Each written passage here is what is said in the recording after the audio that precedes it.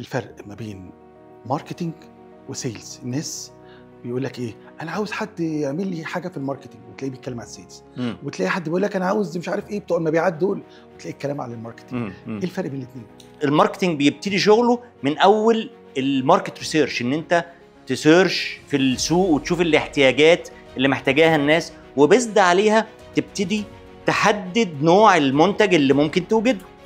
فبتعمل الحاجه اللي هي اسمها البرودكت، وبعد كده بتحدد البرايس بتاع المنتج ده، وبتحدد البليس اللي هتنزل فيه بالمنتج ده، وبتحدد البروموشنز او الدعايه والوسائل اللي انت تستخدمها في ان انت تبيع المنتج ده. السيلز بقى بيجي فين؟ بيجي في البي الرابعه دي اللي هي الايه؟ البروموشن. فهو السيلز جزء من الماركتنج ده في التعريف العلمي في الكتب.